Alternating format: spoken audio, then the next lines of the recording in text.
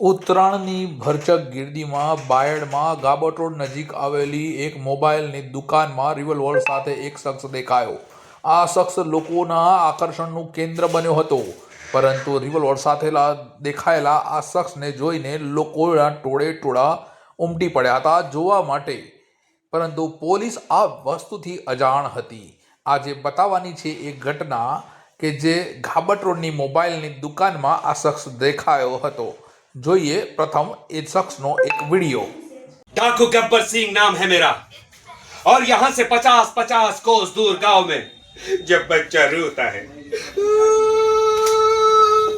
तो उसकी माँ कहती है सो जा वरना गब्बर सिंह आ जाएगा।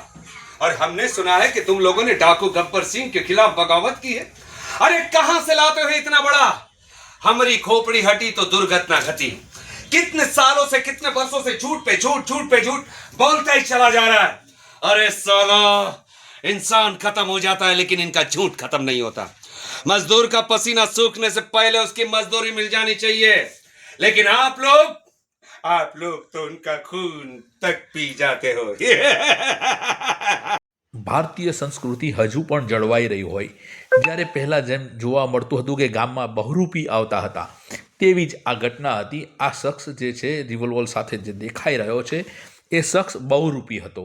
એણે ચંબલના ડાકુને રૂપ ધારણ કર્યું હતું અને એક મોબાઈલની દુકાનમાં આવીને જ્યારે ડાયલોગ બોલી રહ્યો હતો ત્યારે ગાબટ રોડ અને બાયડ સ્ટેશન વિસ્તારમાં ભરચક ગીરદી વચ્ચે લોકોના આકર્ષણનું કેન્દ્ર બન્યો હતો.